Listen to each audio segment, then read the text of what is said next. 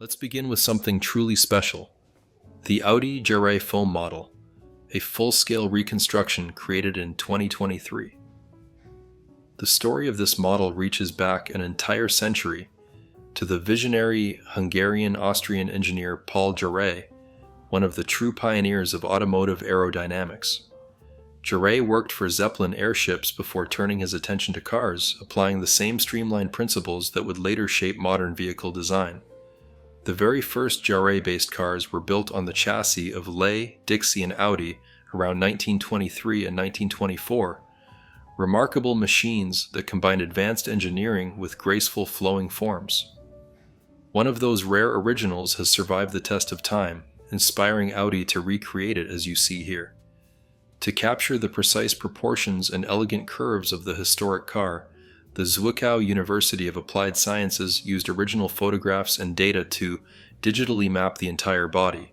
The full-size shape was then milled from solid foam using a 3D milling machine, creating a faithful physical replica of Jarret's aerodynamic vision. The model before you is finished in a primer color identical to the one used on the 1923 original, highlighting the harmony between scientific precision and timeless design. With a drag coefficient of only 0.28, Jarret's creation was decades ahead of its time, a perfect example of how beauty and efficiency can coexist in motion. Today, this full-scale foam model stands not just as a tribute to Audi's heritage, but as a reminder that even a century ago, engineers were already dreaming of the future we live in now. Now, let's step back to the late 1920s. A time of elegance, craftsmanship, and rapid automotive progress. Here we have the Horch 350 Pullman limousine, first introduced in 1928. With its 8-cylinder engine producing 80 horsepower, it was significantly more powerful than its predecessors, which managed around 65 Tse. For the era, this was an impressive achievement, offering both refinement and performance. Visually, the Horch 350 reflected the influence of modern American design of the late 1920s. Bold lines, generous proportions, and a commanding presence on the road. The interior was equally impressive, fitted with luxurious fabrics and accessories carefully chosen by the Berlin designer Professor Oskar H.W. Hadenk. His work gave the car a sophisticated atmosphere that made every ride feel like a grand occasion, but Horch didn't stop at luxury. It was also a pioneer in safety. This model was the first German car to feature non-splintering safety glass as standard, something unheard of at the time and a major step forward in passenger protection. The particular car displayed here has a remarkable story of its own.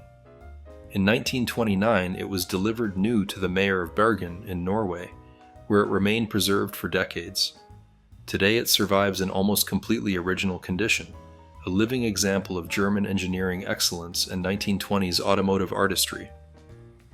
Standing before it, you can almost imagine the dignified silence of the engine at idle, the soft rustle of fine upholstery, and the pride of its first owner as he rode through the streets of Bergen in this symbol of innovation and prestige. Let's travel back to the year 1929, to the dawn of Germany's motorcycle boom, a time when 2 wheels meant freedom for the working class. This is the DKW Luxus 200, affectionately nicknamed the Blood Blister.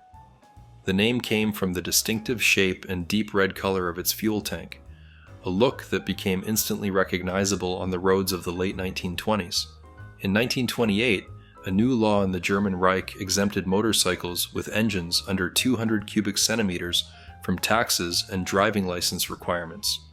DKW saw a golden opportunity and introduced the E200 model. Followed soon after by this improved Luxus 200 version, it was powered by a single-cylinder, 2-stroke engine producing 4.5 horsepower. Modest by today's standards, but enough to reach speeds of up to 70 kilometers per hour, which felt thrilling at the time. The pressed steel frame was newly designed, simple, affordable, and very modern looking. It was also cold-shaped and screwed together rather than welded, which made it cheaper to build while still strong and stylish. At just 648 Reichsmarks, the Luxus 200 was remarkably affordable, helping DKW become one of the world's largest motorcycle manufacturers. Buyers could even choose between chain drive or belt drive, depending on their preferences. Electrical lighting was still considered an optional extra, something we take for granted today. But in 1929, it was a luxury feature. The DKW Luxus 200 combined innovation, affordability, and style, capturing the spirit of a generation that sought mobility and independence after difficult post-war years. It wasn't just a motorcycle, it was a symbol of freedom on the open road. Now, let's turn our attention to one of the most elegant cars of pre-war Germany, the Horch 853 Sport Cabriolet, a masterpiece of design and engineering introduced in 1935. At the International Automotive and Motorcycle Exhibition in Berlin, this model was unveiled by Auto Union and immediately captured the public's imagination. Designed by Günther Mikwausch, the 853 blended power and poise with a breathtaking sense of proportion, a perfect balance between sophistication and performance. Its sweeping lines and graceful presence made it stand out even among the luxury cars of its day. The crowds were so impressed that Horch was overwhelmed with orders, but that success came at a cost. The company rushed to start serial production, and without enough testing, some of the early cars suffered from mechanical issues and customer complaints. Still, the Horch 853 quickly established itself as a symbol of prestige and craftsmanship, admired for both its engineering and its artistry. Beneath its long bonnet lay a powerful 8-cylinder engine producing 100 horsepower, capable of reaching speeds of 135 kilometers per hour, an extraordinary figure for the 1930s. Even the paintwork reflected the company's pursuit of perfection. Horch's color palette included 7 different shades, some of them mixed with actual ground fish scales from a small European fish called the bleak. This gave the paint a distinctive metallic shimmer, visible here on this beautifully restored example. Elegant, powerful, and unmistakably luxurious, the Horch 853 remains one of the finest expressions of German automotive design from the golden age of motoring. Standing before it, you can almost imagine the gentle roar of its straight-8 engine and the sense of pride it must have inspired in anyone fortunate enough to drive it.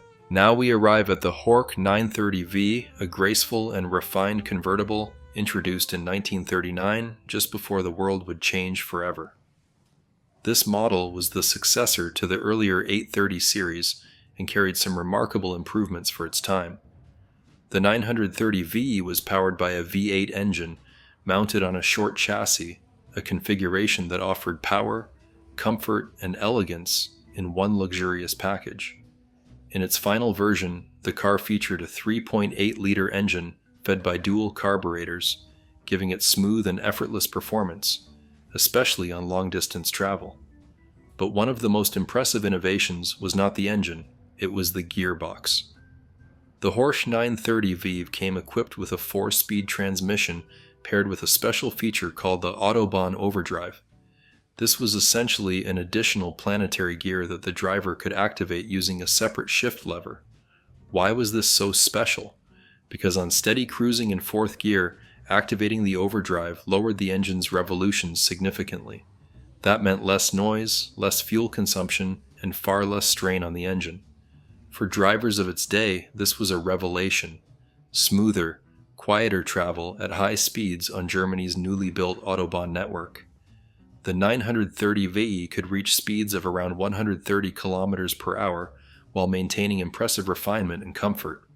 Between 1937 and 1940, fewer than 2,000 units were produced, making this convertible not only a representation of high engineering standards, but also a rare survivor of a rapidly changing era. Standing here today, the Horch 930V reminds us of a moment in automotive history when craftsmanship, mechanical innovation, and luxury met just before the world stepped into turbulent times. It is elegance and engineering, captured in metal. Now we turn our attention to the Horch 951, a Pullman convertible, produced in 1937, a vehicle that symbolized power, elegance, and political representation in pre-war Germany. The name Pullman comes from the luxurious railroad coaches designed by American industrialist George Pullman. Just like the grand train carriages that carried wealthy travelers across continents, Pullman automobiles were built to offer the very same experience, only on wheels. Spacious, elegant, and refined, these vehicles became the transportation of choice for high-ranking officials and diplomats. The 951A, produced from November 1936 onward, was based on a modern chassis first introduced with the Horch 853 Sports Convertible. It featured double transverse springs at the front and a de Dion rear axle, making the ride remarkably smooth and stable for its time, especially important when the passengers might be heads of state or dignitaries. One key distinction of this model was its wheelbase, an impressive 3.8 meters, making it the longest passenger car produced by Horch. The Pullman convertible wasn't simply a car, it was a statement. It represented status, influence, and luxury in an era when automobiles were becoming symbols of national pride. The very first example of the Horch 951A was delivered to a destination far from its German birthplace, the German embassy in Buenos Aires, Argentina. That alone illustrates what purpose these cars served. They were ambassadors themselves, promoting German engineering and craftsmanship around the world. With its 120 horsepower 8-cylinder engine, refined interior, and commanding presence, the Horch 951, a Pullman convertible, remains a breathtaking example of pre-war luxury, a time when automobiles were not simply driven, but presented. Here we have something that most visitors walk past without realizing its importance: a water whirl brake used for testing Horch engines. In the early days of automotive engineering, verifying the power and endurance of an engine wasn't done digitally or with sensors. It was done mechanically and with a great deal of ingenuity. At the Horch factory, engines were tested on 11 of these water whirl brake machines. Every production engine was run for 60 minutes, and every test engine was pushed up to 100 hours under full load. Imagine a brand new engine running non-stop for days just to prove it was worthy to go inside a Horch automobile. The machine you see here is one of the few survivors, originating from the factories of the former East Germany. Many of the water brakes did not survive the decades, which makes this one an incredibly rare piece of engineering history. So how did it work? The engine being tested would power a rotor inside the brake, and water was introduced into the housing. The rotating blades would fling the water outward, creating resistance. Inside the casing were comb-like metal counterblades. These disrupted the flow of the water, creating turbulence. The more the engine struggled against this resistance, the more torque and power could be measured. In other words, the harder the water fought back, the better engineers could calculate the engine's power output. Using just physics, pressure, and flowing water, Horch engineers could precisely determine horsepower, torque, and reliability. This simple-looking piece of equipment represents one of the earliest examples of systematic industrial-grade engine testing. Without machines like this, the legendary Horch engines of the 1930s, including the one used in the Horch 853, would never have earned their reputation.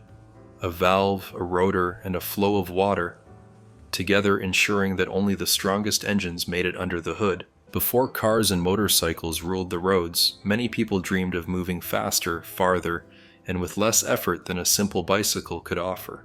And that dream led to inventions like the one you see here, a bicycle equipped with a tiny DKW auxiliary engine, built by inventor Jürgen Skafte Rasmussen in the early 1920s.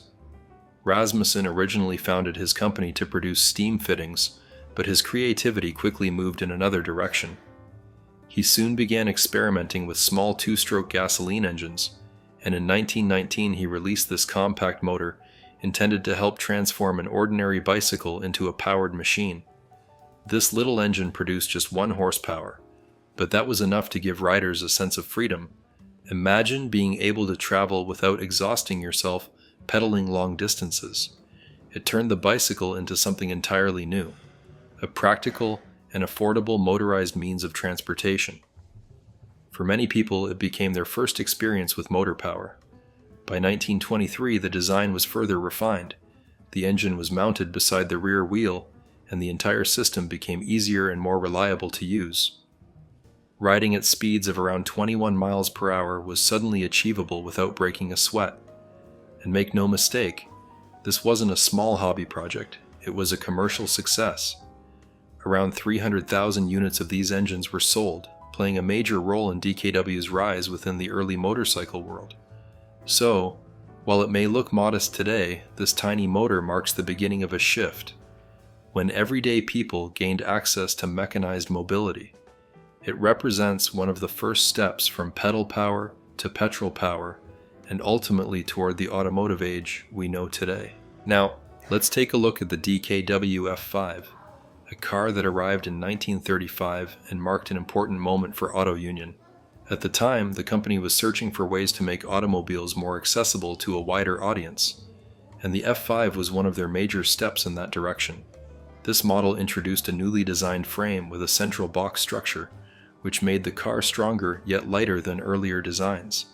It also provided better durability on rougher roads, something many drivers badly needed in the 1930s. The F5 was offered in different trim levels. One of them was called the Reichsklasse, meant to be the simple and affordable version for everyday drivers. Meanwhile, a more refined model known as the Meisterklasse catered to those who wanted a little more comfort and style. What made the F5 especially successful was its flexibility. With its sturdy frame, Auto Union could build several types of bodies on the same chassis, from passenger saloons to coach-built commercial vehicles. That meant the F5 could serve families, businesses, and tradesmen alike. With around 14,900 saloon models produced in just 2 years, the DKW F5 became a reliable and popular sight on the roads. It helped define DKW as a brand focused on practical, affordable transportation, a car for everyday life during a time when not everyone could dream of owning their own vehicle. Here we have the Wanderer 3HP, a motorcycle produced by the Wanderer factory in Schönau, starting in 1910. This model arrived at a time when motorcycles were quickly evolving, and riders were beginning to demand machines that were not only more powerful, but also easier to handle and maintain. The Wanderer 3HP was designed with that in mind. It offered a smoother and more manageable riding experience, thanks to improvements in its frame and engine layout. The motorcycle's design made it simpler for owners to work on their bikes, an important point back when breakdowns were common and long-distance service stations didn't exist. What also set this model apart was its reliability. It gained a strong reputation, both in everyday use and in competitive racing events. In fact, this motorcycle became internationally recognized for its performance in sports competitions, a major achievement for its time. Producing motorcycles between 1910 and 1914, Wanderer helped shape early motorcycling culture, and the 3-horsepower model remains a notable example of innovation that balanced power, practicality, and durability in the early days of motorized travel. Now, let's take a look at the DKW Sonderklasse 37, a model that marked a significant step in design for the company. It was first presented in February of 1937 and stood out immediately thanks to its self-supporting body construction, something quite modern and ambitious for its time. Unlike many cars of that era, which still relied heavily on traditional frame structures, the Sonderklasse introduced a box frame chassis paired with front-wheel drive and a 2-stroke V4 engine. This combination gave the car a lightweight feel, improved handling, and better use of interior space, all appealing qualities for families and everyday drivers. Inside, the car was surprisingly comfortable and well-equipped for the late 1930s. Its design balanced practicality with a touch of style, making it a popular choice in the mid-range automotive market. Production of both the saloon and convertible versions began in April 1937 and continued until 1940, offering drivers a forward-thinking and efficient vehicle at a time when the automotive world was evolving quickly. Even today, the Sonderklasse 37 represents a bold and innovative chapter in DKW's story, a glimpse of how modern ideas were already reshaping everyday motoring before the 1940s arrived. Here we have the Wanderer 12AS, a motorcycle built with practicality and reliability at its core. Wanderer had stopped producing motorcycles at the end of the 1920s, but everything changed as mass motorization began in the early 1930s. The demand for affordable, lightweight transportation was rising quickly, and Wanderer decided it was time to return to the market. Production restarted in 1931, and soon the company introduced high-quality engines developed together with the well-known manufacturers Fichtel and Sachs. Equipped with these engines, Wanderer quickly became one of the market leaders. The 12AS shown here was part of that success. By 1939, the engine capacity had increased to 98 cubic centimeters, offering better performance for commuting and everyday use. It came with a Kickstarter, and for riders who preferred simplicity, a pedal version without a Kickstarter was also offered. Lightweight, economical, and easy to handle, the Wanderer 12AS became a popular companion on Germany's growing road network of the 1930s. Over its production run, around 100,000 units were built, a testament to its reliability and the growing demand for personal mobility before the 1940s. Here we have the Framo Stromer FP200, a small but fascinating car from 1933 built by the Framo factory in Heineken, Germany. At the beginning of the 1930s, Framo was already well known as a supplier of engines, especially for DKW. In 1933, the company decided to take a bold step forward and build its own passenger car. The result was this compact and surprisingly modern-looking vehicle. The Stromer FP200 featured a streamlined body design, which was quite advanced for its time. It was imagined as an affordable car for everyday people, powered by a simple one-cylinder, two-stroke engine with a displacement of 192 cubic centimeters. Despite its modest size, the engine produced 6 horsepower, allowing the car to reach a top speed of about 37 miles per hour, or 60 kilometers per hour.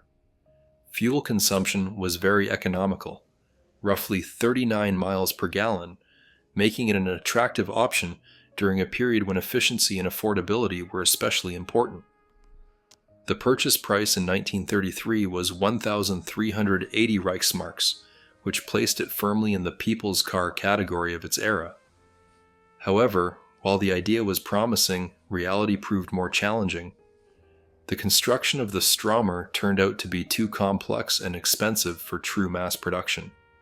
As the economic situation improved, interest in such ultra-compact cars declined, and Framo eventually shifted its focus back to building small commercial and utility vehicles.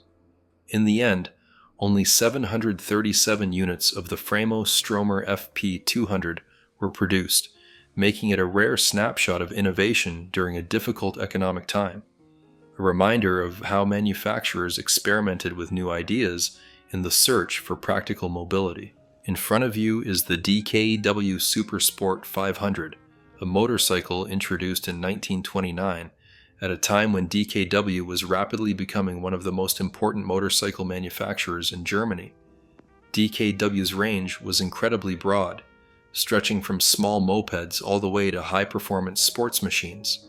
The Supersport 500 sat right at the top of that lineup. It was built in Zwickau, the heart of DKW's production, and was designed for riders who wanted both speed and reliability. This motorcycle was powered by a two-cylinder, two-stroke engine with a displacement of 490 cubic centimeters.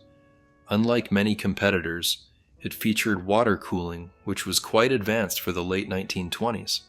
The engine produced 18 horsepower at 4,500 revolutions per minute, allowing the bike to reach speeds of around 120 kilometers per hour, or roughly 75 miles per hour, impressive performance for its era. Power was delivered through a 3-speed gearbox, and the fuel mixture followed a 20-to-1 oil ratio, typical for two-stroke engines of the time. Riders appreciated the Supersport 500 not only for its speed, but also for its durability. In fact, The engine proved so reliable that it was later used in DKW's F1 car, though there it was enlarged to 600 cubic centimeters between 1929 and 1933.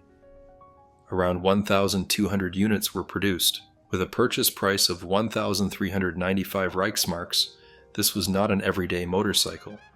It was a premium machine aimed at enthusiasts who wanted cutting-edge technology and strong performance.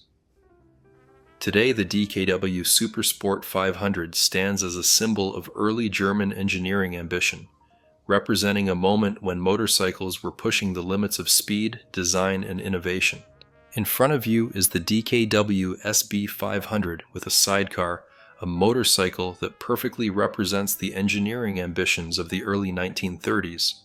Introduced in 1934, this model was the most powerful machine in DKW's SB series at the time, and was designed not just for solo riding, but for serious, practical travel. At its heart is a two-cylinder engine with a displacement of 494 cubic centimeters, producing around 15 horsepower. That might not sound like much today, but in its era it allowed the SB 500 to reach speeds of up to 120 kilometers per hour, making it a very capable long-distance motorcycle. One of its most interesting features was the gear change system. Unlike earlier models, the gear lever was moved away from the fuel tank and placed in a more convenient position, improving comfort and control for the rider. The engine was air-cooled using a clever loop-shaped airflow system that eliminated the need for water cooling and reduced complexity. The suspension and frame were also strengthened, especially at the front fork and saddle area.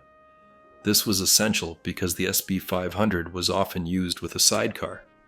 The reinforced fork legs and improved stability made it safer and more comfortable when carrying a passenger or additional cargo.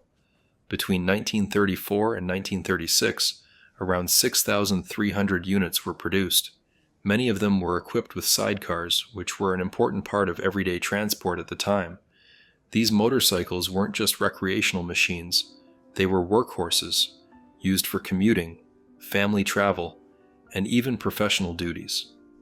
Built by DKW in Leipzig, the SB 500 with sidecar stands today as a fascinating example of how motorcycles once bridged the gap between two-wheeled freedom and practical mobility. It's a reminder of a time when simplicity, durability, and clever engineering mattered more than electronics or luxury, and when a motorcycle could truly replace a small car. The DKW F5 Roadster, a small but very important car from 1935. At the time, DKW was already known for innovation, and this model marked a new chapter for the brand. The F5 was part of DKW's front-wheel drive series, something quite advanced for the mid-1930s. But what really caught people's attention was this version, the Roadster. For the first time, DKW combined practical engineering with a sense of style and freedom.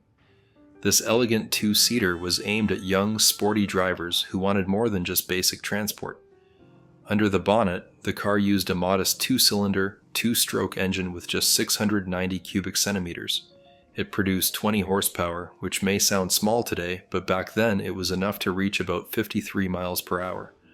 More importantly, it was light, efficient, and affordable, exactly what many drivers were looking for during that period. The body you see here was designed by DKW's own drawing office, but it was built by the coach builder Hornig of Meerrein. At the time, Hornig was an important subcontractor for Auto Union, the company that later became Audi. This collaboration gave the car its distinctive flowing lines and open-top character. Between 1935 and 1938, just over 400 of these roadsters were produced. With a price of around 3,000 Reichsmarks, it wasn't cheap, but it offered something special, a sense of modernity, sportiness, and optimism in a rapidly changing world. The DKW F5 Roadster stands as a reminder that even small cars can play a big role in automotive history, blending clever engineering with the simple joy of driving. Here in front of you is something quite special, the DKW Front F1, Monoposto. a racing car that tells an important story from the early days of motorsport innovation. Back in 1931, DKW was already experimenting with something rather unusual for its time: front-wheel drive. While most racing cars still relied on rear-wheel drive, DKW believed the future lay at the front, and they were confident enough to prove it on the racetrack. Only 5 single-seater racing cars, known as monopostos, were ever built on the basis of the F1. From the summer of 1931, these cars began competing and winning on famous circuits such as the Nürburgring, Berlin's Avus, and even on the frozen Eibsee Lake beneath Germany's highest mountain, the Zugspitze. The car's body was built by Hornig of Meerane and was typically painted white, the national racing color of Germany at the time. Under the bonnet sat a compact but clever engine, a water-cooled 2-cylinder 2-stroke unit originally developed for DKW racing motorcycles. Despite its modest 500 cubic centimeter capacity, it produced 26 horsepower, enough to push this lightweight racer to 140 kilometers per hour, an impressive figure for the early 1930s. The drivers affectionately nicknamed these cars the Noisy Dwarfs, a reference to their small size and unmistakable engine sound as they charged around the circuits, often punching well above their weight against much larger competitors. What you see here today is not the original car, but a faithful reproduction built in 2009, allowing us to appreciate both the engineering and the daring spirit of early motorsport. It stands as a reminder that innovation doesn't always come from size or power. Sometimes it comes from thinking differently and being brave enough to try.